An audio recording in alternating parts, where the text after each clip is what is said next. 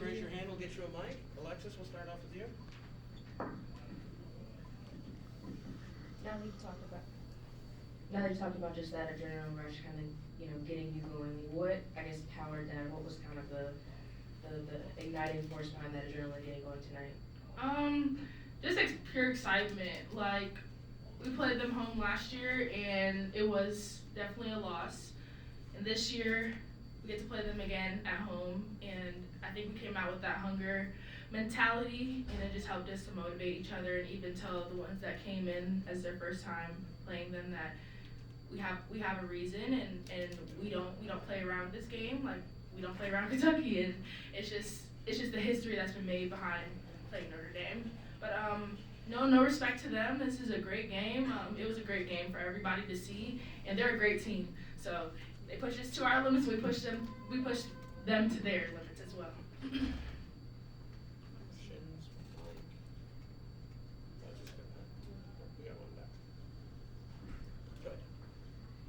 Nyla, you were finding all kinds of gaps out there, just finding ways to score, finding ways to get the rebound.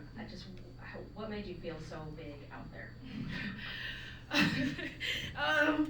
No, I really don't know how to explain it. Like, it's just an adrenaline thing. Like, it's just the energy behind it. It's the thing that I take pride in, and it's because I want my teammates to get another possession.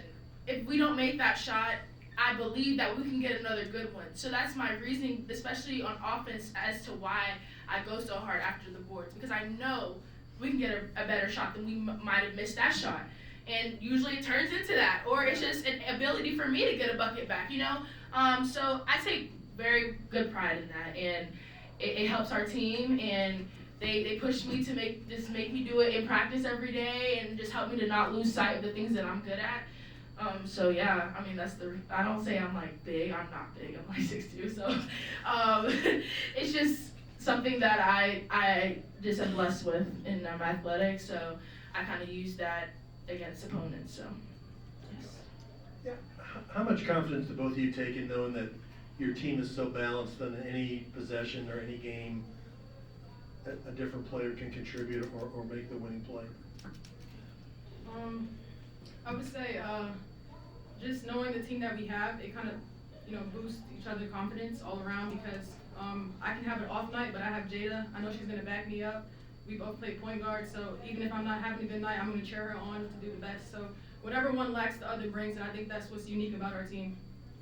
Yeah, the second one she said, that's really what's the most unique part about our team is we have great, not only people, but great players in every position, and everyone's talented to score the basketball. So it's not that one person that has to score every single game. It's not they have to come out and be ready and they have to be on their A game, because you're going to have games where you're not perfect, but that's the reasoning behind Coach Walls and the staff, recruiting other players in that same position, because not everyone's going to have a great night, and it may be someone else's night, but we just have faith in each other, and we know, like, okay, it's not my night tonight, but I know O got me. Or it may not be Nina's night, like she said, Jada has her. So it's just a domino effect, and that's the part about us being unique and how we win. Alexis, then Daryl. Kind of a two-part question. It just seemed like you guys were able to work outside and then work inward as far as getting those, threes in, and they're kind of getting off balance there. What, I guess, did you see in the scout that allowed you guys to just kind of do that? And how important was it to be patient with some of those looks as well? It was, what's crazy is in practice we really worked more on scouting them than our offensive game. We just trusted everything, the plays. We made sure that we went through the plays. Now we had some plays in the game, as you could see when they went zone on us, we had trouble keeping the ball in the high post and not turning the ball over. But we made sure that we kind of learned from those mistakes and moved on, and Coach Walls does a great job of helping us make reads, not only in one offense of play, but also in another one. So I think that's what was really important tonight, was making sure that we could make plays off of different actions, and it's not just one action, and that's the play that we have to use, and it has to be the same read every single time. Every play that we have, we're able to make different reads off of it. That's why we're so good at scoring at different on the wing or in the post, because every play is made through those specific spots. I would say to piggyback off of Nyla, just buying into our coaches and what they see. Obviously, they're going to put us in a set, and we have to play through it. So I think when we got stopped a few times by Notre Dame in their zone, we just had to adjust. So just coming out the game and seeing different reads and what's open, just trusting each other and trusting our coaches and buying into what they have to say. Daryl, go ahead. This is for both of you. It's kind of a short week with a late game Monday night and then this one kind of earlier than what you all are used to. How is your energy just after these two huge games in the conference? Just wondering if you could go out there and play another game right now. I can go first.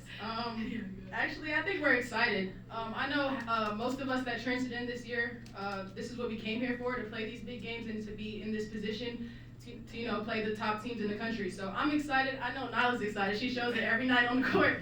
But I think we're, we came here for this experience and we're getting it. So I'm very excited.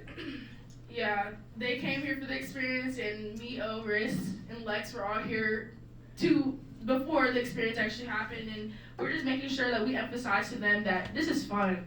It's fun. It's fun. It's going to be hard. There's going to be days where we're just going to be like, oh, like my body is so tired, this, that, but in the end, it's so much fun. And I try to tell them all the time it's fun because you're going to be smiling at the end, and just take one game at a time. That's the biggest thing we try to help each other know is one game at a time. Every game may not be your game, but continue to be a good teammate because we're gonna make sure we want to get the dub. We all want to get the dub, but making sure that if it's not my night, don't let that kill my energy that I may have on the floor, and making sure that Nina knows I have her back on defense. Not just because I'm not putting the ball in the basket. I still want to make sure I'm putting my end of the bargain up on the defensive end.